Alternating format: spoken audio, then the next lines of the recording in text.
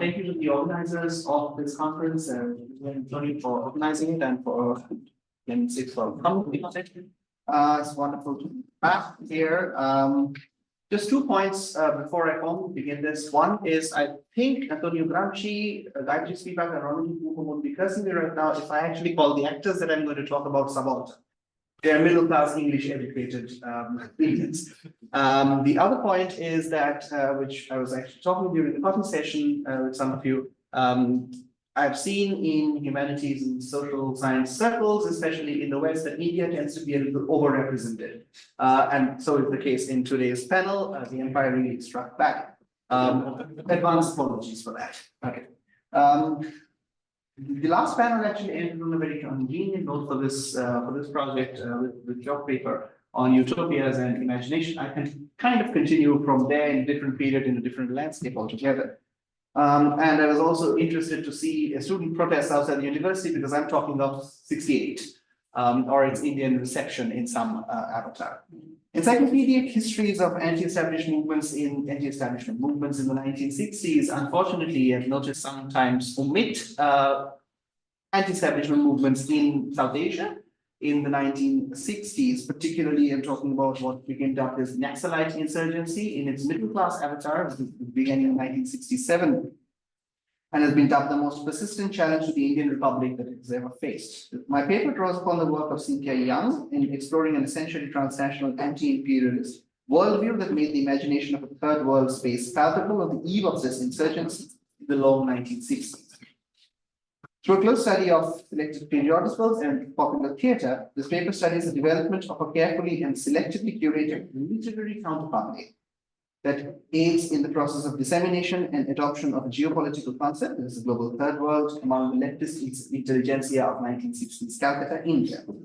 The Naxalite insurgency in its middle-class avatar then will be interpreted as an attempt to insert South Asia into a third world space, perpetually in revolution and victorious against imperialism in all its forms, which is of course the imagination that's there, both imperialism in its Western and its Soviet form. Now, I don't treat the third world as a political concept here in terms of, say, the historiography of Vijay Prashad, who has a book with the subtitle People's History of the Third World, which, although it says people's history, it kind of jumps from continent to continent, and people like Nehru and Nasser and Sukarno and these people.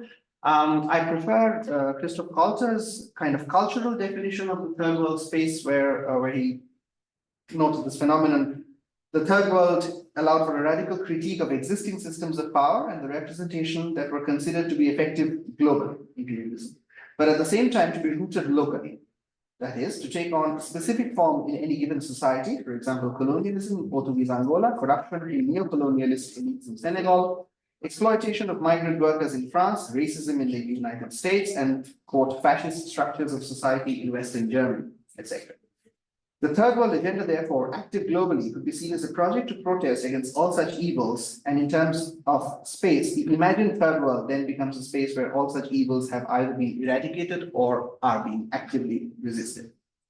Now,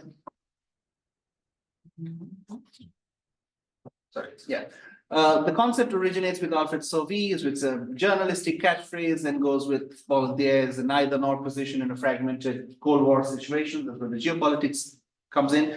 Frantz Fanon really kind of, my French is non-existent, so I'll not try pronouncing this, for the first time takes on how the third world people as a positive concept, as a positive concept of self-identification, not a concept that is dictated from the global north.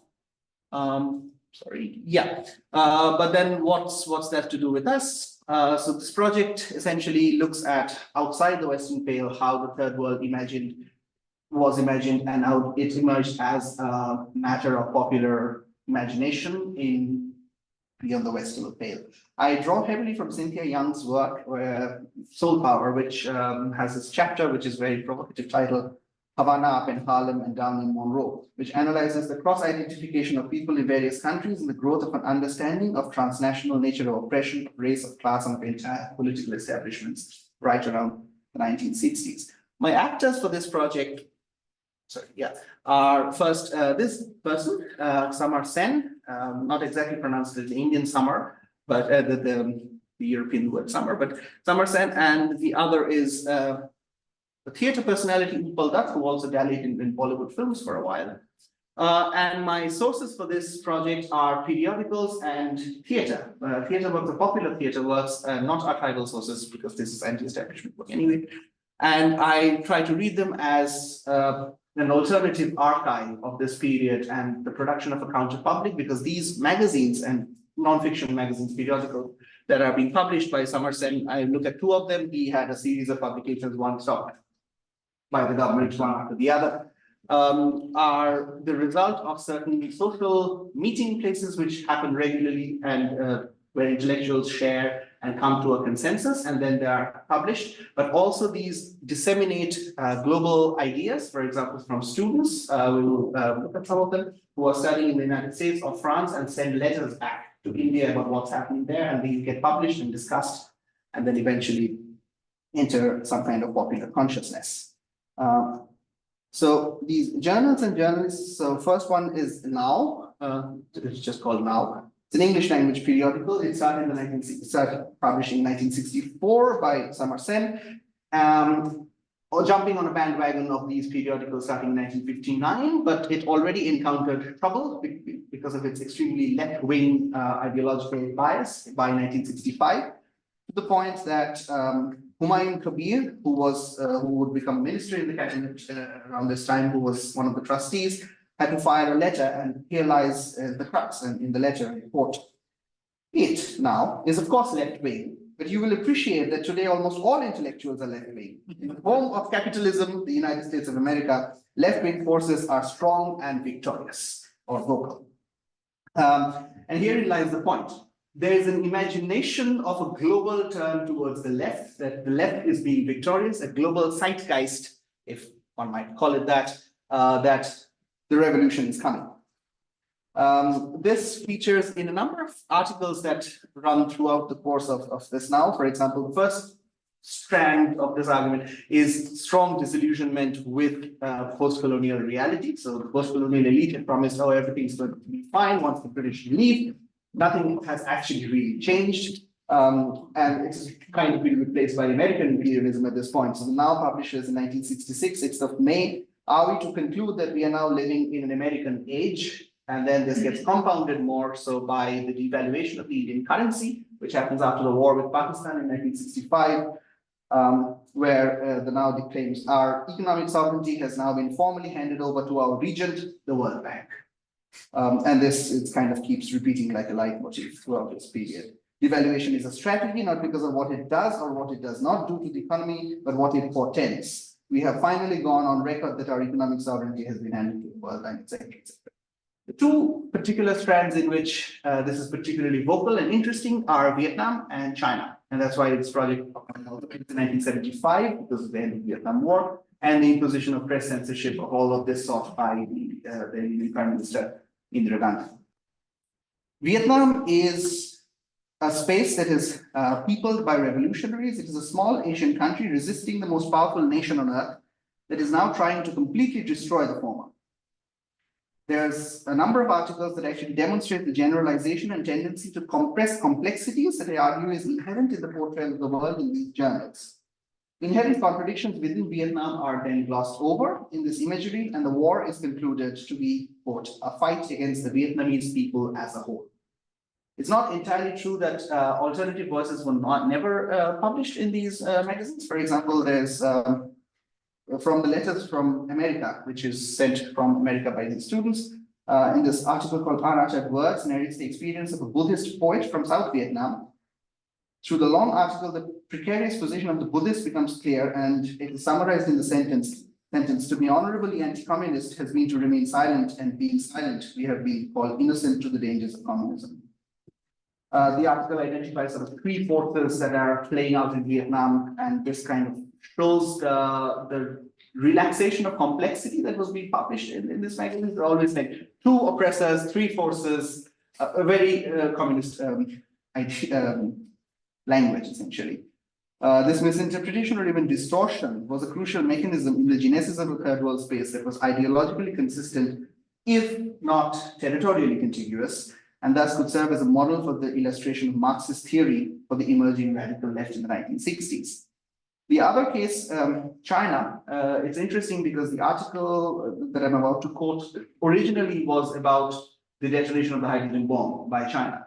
And the article ends, "Life in China, the experts interviewed agreed, is much better than ever before. The American defector, not named, who spent 11 years in China, says that food is available and you will not come across sick, diseased children or hungry people in the streets. There are 1 million primary schools teaching 100 million children the 3 Rs, but the economic base is not strong enough to support a prolonged war with the powerful countries such as the United States. With regard to China, this appears to be a consistent trait. It is therefore a matter of very little surprise that China emerged as a looming specter in the political discourse in the 60s and early 70s, with the radical left-wing student protesters and agitators shouting, 'China's chairman is our chairman.' China came to embody the positive utopia, an imagination that was constructed as a result of consistent journalistic attempts that I have attempted to portray, reusing a few excerpts from the various articles from Now and Frontier. How was China different from the other countries portrayed in its pages? China was, unlike the Soviet Union, a peasant majority nation, similar to that of India, which was now undergoing significant industrial progress in their imagination. Moreover, Mao Zedong's rhetoric of uprisings and peasant insurgency was also much more appealing and applicable in the Indian context than its Soviet counterparts.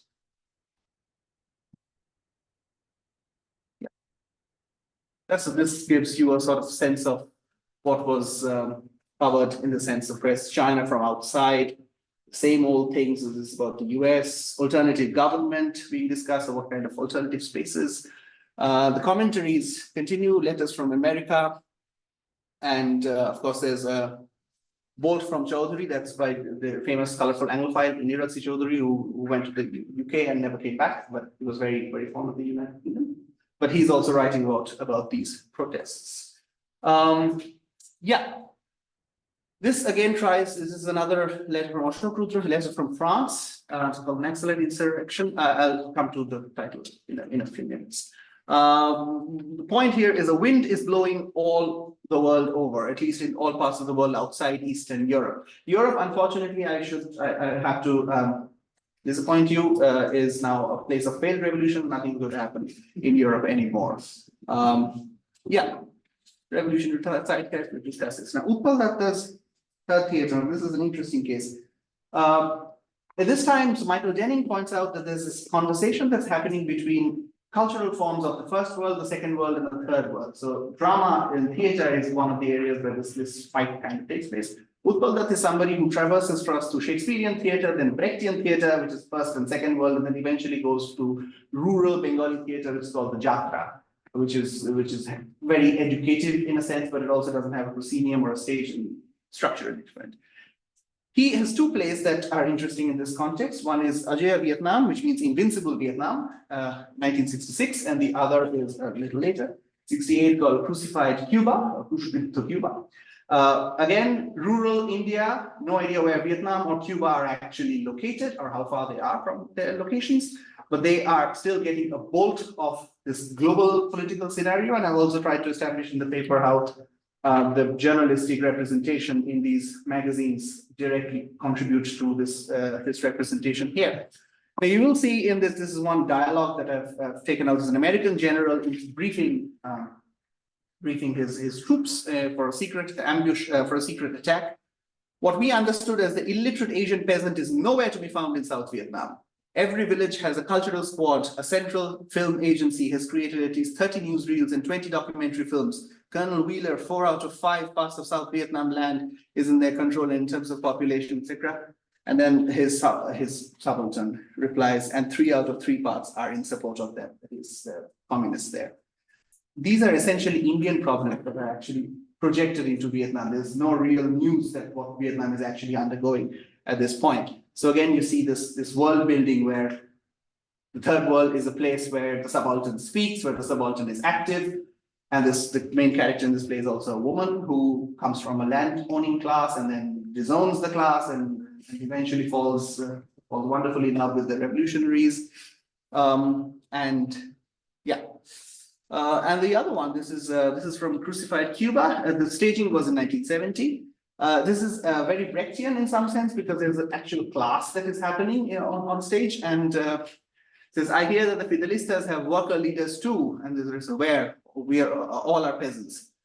Does worker leadership mean the presence of a worker at the helm of every battalion? No, it means the leadership of working class ideology, the leadership of Marxism, Leninism. So again, how Cuba is, I don't have time for that, but how Cuba is presented in this revolution is interesting. The point of all of this, Uppal actually is fighting against Indian elitist nationalist historiography in some sense, which fetishizes Gandhi. It's not my words, it's his words, specifically, and non-violence. And from an interview, he says, his point is to reaffirm the violent history of India, to reaffirm the martial traditions of the people, to recount again and again the heroic tales of the armed rebels and martyrs. The communists now struggling for liberation of the masses of their heritage. In line with Young's analysis, I argue that Utpal Dutt's attempts at bringing Vietnamese revolution to the Bengali peasant was essentially a mechanism of time-space compression, whereby the experiential and historical chasm between the Bengali peasant and the revolutionary counterparts of Vietnam was bridged through a transmission of a common dream that has already become possible somewhere and can become possible in India. Utpal Dutt himself actually concluded his career with an interview that says, "Communists are not sui generis. They inherit the legacy of all revolutions and uprisings that have taken place in the past, be it the French Revolution, the October Revolution, or the Chinese Revolution. All of these form our legacy. All our attempts are designed to assimilate this legacy by citing international examples, as only the communists know that even if a freedom fighter is killed in Nicaragua, then it is our loss too. It is our lost space of the third world where that death has happened." So that's the third world imagination in India. Thank you.